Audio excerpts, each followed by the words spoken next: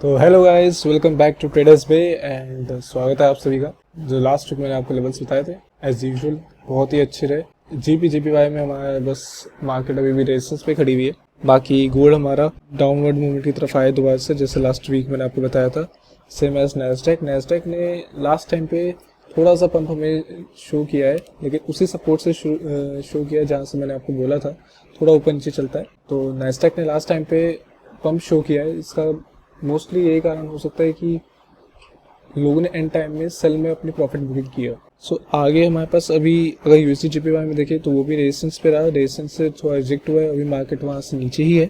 जीपीयूएसडी उसमें भी resistance activate हुआ, वहाँ से मार्केट ने रिजेक्ट हुई 1.28 से, एंड देन उसके बाद वहाँ से नीचे आई है और अभी ऑसिलेट ही कर रही है। और वर्ल्ड पॉलिटिक्स भी बहुत इन्फ्लुएंस कर रहा है। वर्ल्ड पॉलिटिक्स को ज़्यादा से ज़्यादा समझने की कोशिश करें, क्योंकि इसका इम्पैक्ट हमें आगे आने वाले फ्यूचर में देखने को ज़रूर मिलेगा। ओवरऑल मार्केट अभी बुलिश साइड पे है गोल्ड की, बट रिजेक्शन की रिट्रेसमेंट की नहीं ले रहा। Same as Nasdaq, retracement required है। बहुत ही दिनों से बुलिश चल रही है, ऑल्दो हमें पता नहीं कब तक चलेगी, बट रिट्रेसमेंट नीडेड है। ऑल्सो इस वीक हमारे पास बहुत सारे फंडामेंटल न्यूज़ हैं और यूएस की तरफ से काफ़ी न्यूज़ आएंगी। आईएसएम नंबर्स हैं, नॉन फार्म पे रूल्स के नंबर्स है, एडीबी पे एम्प्लॉयमेंट चेंज, जॉब्स ओपनिंग, बहुत सारे फंडामेंटल डेटा हमारे पास मौजूद है। तो उसके बेसिस पे आपको ट्रेड प्लान करने और न्यूज़ के वक्त ट्रेड को अवॉइड करें तो थोड़ा ठीक रहेगा, क्योंकि कभी कभार क्या होता है वॉलेटिलिटी में आपकी स्टॉप लॉस या हिट हो जाते हैं। तो लॉस से बचने के लिए जब मार्केट थोड़ी स्टेबल हो जाए, डायरेक्शन आपको क्लियर हो जाए, देन आप वहाँ से ट्रेडिंग शुरू कर सकते हैं। तो चलते हैं सीधा पेयर वाइज एनालिसिस की तरफ। तो ये रहा गोल्ड का चार्ट, डेली टाइम फ्रेम में ओपन है। एंड लास्ट वीक जैसे मैंने आपको कहा था, लास्ट वीक से हमें रिजेक्शन थोड़ा फेस करने को दिखा है, और जो 2360 का जो लेवल है यहाँ से मार्केट ने अच्छा खासा रिजेक्शन शो किया है। तो नेक्स्ट वीक के लिए जो हमारे पास रेजिस्टेंस बनता है वो हमारा 2360 का ही है, और सपोर्ट हमारा लास्ट वीक की तरह सेम रहेगा 2280 से लेके 2300 तक का। ऑल्दो गोल्ड को रिट्रेसमेंट की नीडेड है, एंड 2196 तक मैं ज़रूर देखूंगा मार्केट कभी आए।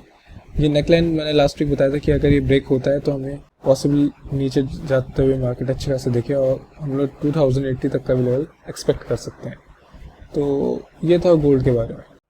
तो ये रहा क्रूड ऑयल का चार्ट, डेली टाइम फ्रेम में ओपन है। एंड लास्ट वीक क्या हुआ है मार्केट में ज़रा देखते हैं।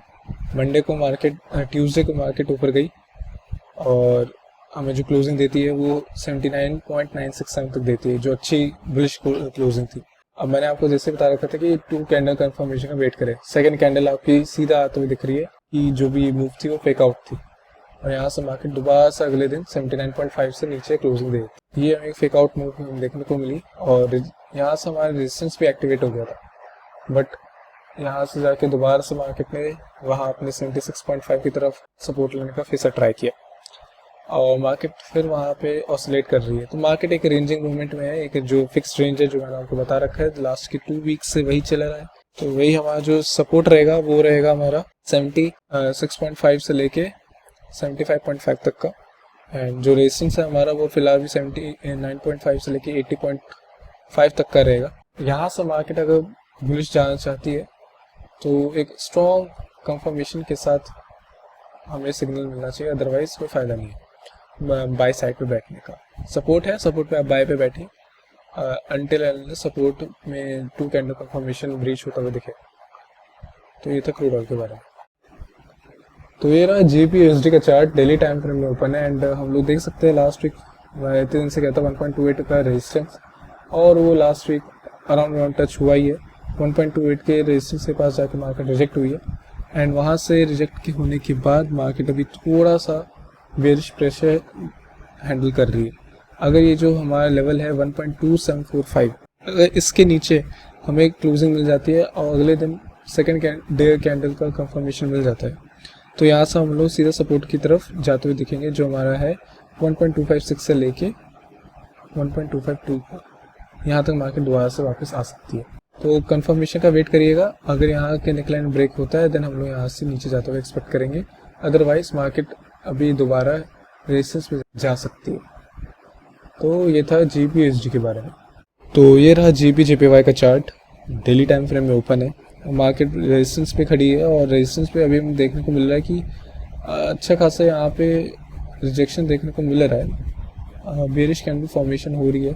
स्ट्रैटेजी हमारी बिल्कुल सेम रहेगी लास्ट वीक की तरह ही। अगर मार्केट यहाँ से हमें ब्रीच होती हुई दिखती है तो 201 हमारा नेक्स्ट रेजिस्टेंस लेवल होगा।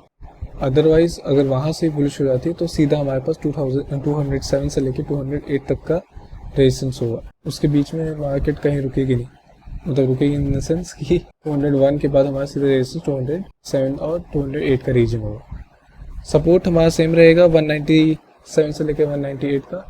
मार्केट ने थोड़ा सा सपोर्ट लेने की कोशिश की थी बट तुरंत यहाँ से रिजेक्शन उसको फेस करने को मिला, क्योंकि JPY हमारा थोड़ा वीक हो रखा है और इसका फ़ायदा हमें JPY और USD/JPY में देखने को मिल ही रहा है।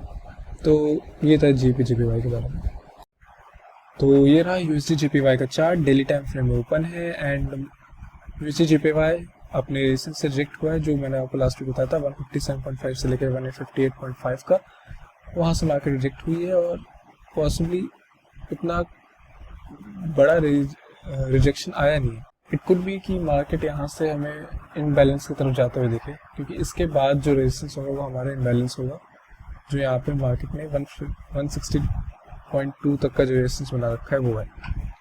तो मार्केट यहाँ से इनबैलेंस पे जाके दोबारा से हमें नीचे जाते हुए दिखे। तो यही मेरा एक USD/JPY में एक प्रॉपर प्लान है या स्ट्रेटेजी बोल दीजिए। तो अगर यहाँ से मार्केट रेजिस्टेंस को ब्रीच करती है तो देन हमारे पास वही इनबैलेंस का रीजन आ जाएगा। फिलहाल तो हमारा सेम सपोर्ट रहेगा 151 से लेके 153 तक का रीजन, और जो वीकली रेजिस्टेंस होगा वो हमारा 157.5 से लेके 158.5 का रहेगा। तो ये था USD/JPY के बारे में। तो ये रहा नैस्डैक का चार्ट, वीकली टाइम फ्रेम में ओपन है एंड यहाँ से अगर हम देखें मार्केट हमारी अच्छे खासे पाथ को फॉलो कर रही है, बट दिक्कत यह है कि रिजेक्शन यहाँ से जो मिली है वो थोड़ा नैस्डैक को पंप ना कर दे, बट बहुत ही रेयर सिचुएशन है। कि अब वैसे देखा जाए तो लास्ट टाइम मैंने GPSD में आपको पाथ बना के दिखाया था और same as it is market गई थी। सिमिलरली अगर यहाँ से अगर मार्केट को थोड़ा रिट्रेसमेंट चाहिए तो हमें यहाँ से पूरा डाउनवर्ड मूवमेंट की तरफ देखना बनता है, और प्लस M पैटर्न हमें बनते हुए दिख भी रहा है। अगर ये प्रॉपरली एग्जीक्यूट हो जाता है तो हम लोग को आने वाले टाइम में 15,000 लेवल भी दोबारा से देखने को मिल सकता है, 50,000 से लेकर 16,500 तक का।